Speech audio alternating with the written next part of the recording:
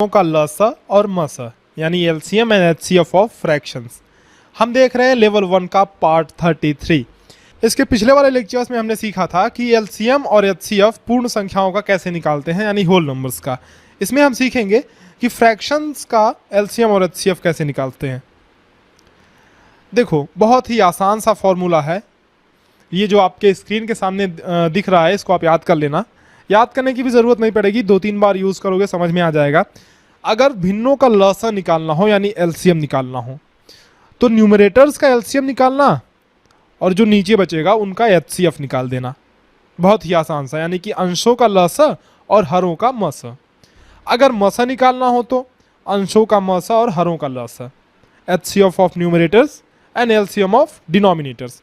इसमें देखो आप समझोगे कैसे।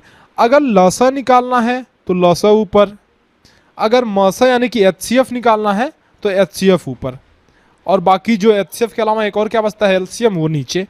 समझ गए ना बात। अगर एलसीएम निकालना है तो एलसीएम को ऊपर रखोगे, एचसीएफ निकालना है तो एचसीएफ को ऊपर रखोगे। बिल्कुल सिंपल सा कॉन्सेप्ट है, याद करने में भी कोई परेशानी नहीं होगी। चलो इसी पर आधारित एक क्वेश्चन करते हैं, बस फॉर्मूले पे रखना है और क्वेश्चन सॉल्व हो जाएगा। कोई बहुत बड़ी बात नहीं है इसमें। पहला क्वेश्चन देखो, ये रहा आपके स्क्रीन के सामने पहला क्वेश्चन। 3/4, 5/8 एंड 3/16 का हमें एलसीएम यानी कि लसा निकालना है। तो सबसे पहले क्या करेंगे, ऊपर ऊपर कौन से हैं, 3, 5 और 3 यानी कि न्यूमरेटर्स अंश। तो एलसीएम निकालना है तो अंशों का क्या करेंगे, हम एलसीएम ही निकालेंगे और हरों का एचसीएफ यानी कि मसा।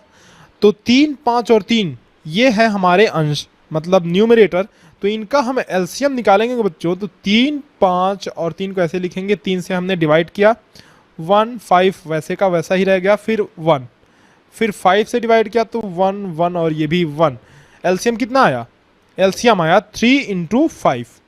3 × 5 इज इक्वल टू 15। 15 हमारा आया, ये आया लसा यानी कि एलसीएम।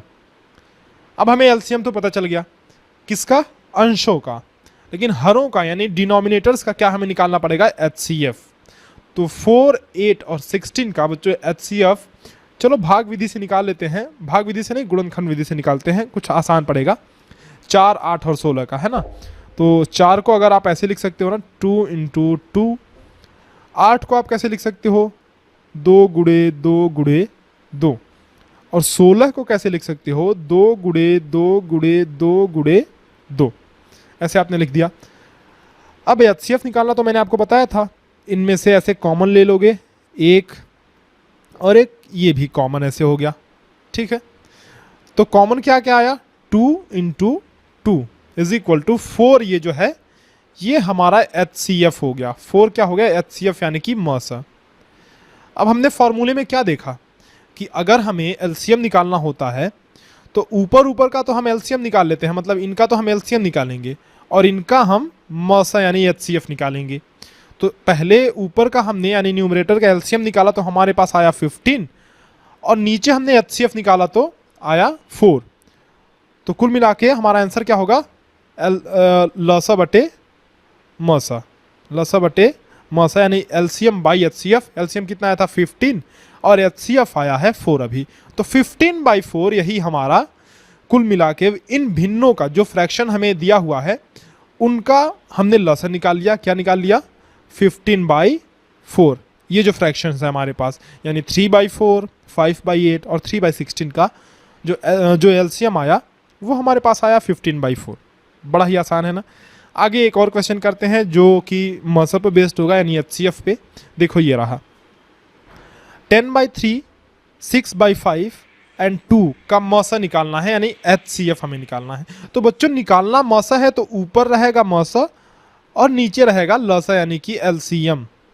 नीचे क्या रहेगा, लसा यानी कि एचसीएफ अपॉन एलसीएम।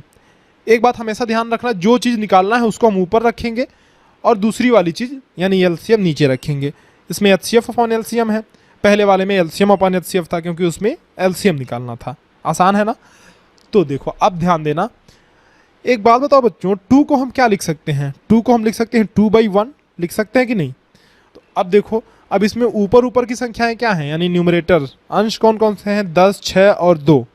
चूँकि हमें HCF निकालना है तो हम 2 को लिख सकते हैं, 2 का तो 2 ही रहेगा, 6 को हम लिख सकते हैं 2 × 3 और 10 को हम लिख सकते हैं 2 × 5। ठीक है, तो HCF के लिए हम क्या करेंगे, इनको कॉमन लेंगे। कॉमन तो एक ही चीज़ है बस हमारे पास 2, तो 2 ही जो है 2, 6 और 10 का HCF यानी कि मसा हो गया। मसा हमने निकाल लिया। अब क्या करेंगे, नीचे हम लसा निकालेंगे, नीचे का यानी कि 3 का, 5 का और 1 का हम LCM निकालेंगे। ठीक है, तो देखो 3, 5 और 1 का बच्चों अगर हम LCM निकालेंगे तो पहले तो 3 से डिवाइड करेंगे, तो ये 3 1 कम 3, ये 5 वैसे का वैसा ही रह जाएगा, 1 ऐसे उतर गया। फिर 5 से डिवाइड करेंगे तो 1 1 1 हो गया। हमारा LCM कितना आया, 3 × 5। 3 × 5 = 15 जो है ये हमारा आ गया LCM। 15 क्या आया, LCM यानी कि लसा। क्या आया, लसा।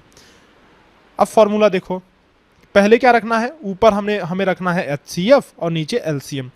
HCF 2 आया था और लसा हमारे पास 15 आया, तो ऊपर HCF हमने रखा 2 और नीचे लसा रखा 15, तो 2/15 यही हमारा मसा यानी HCF हो गया इन फ्रैक्शंस का। ये जो फ्रैक्शंस हमारे पास थे 10/3, 6/5 एंड 2/1 कहो या 2 कहो, तो ये जो फ्रैक्शंस थे इनका हमारे पास HCF निकल के आया 2/15।